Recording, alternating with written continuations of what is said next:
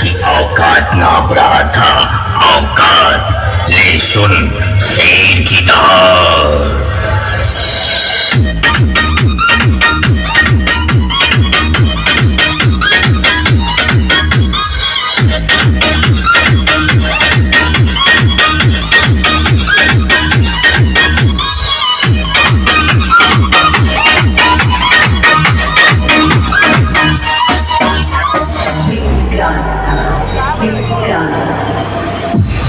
बेटा, जिसे कोई परवाह नहीं जमा, ये राजन डीजे की आवाज है।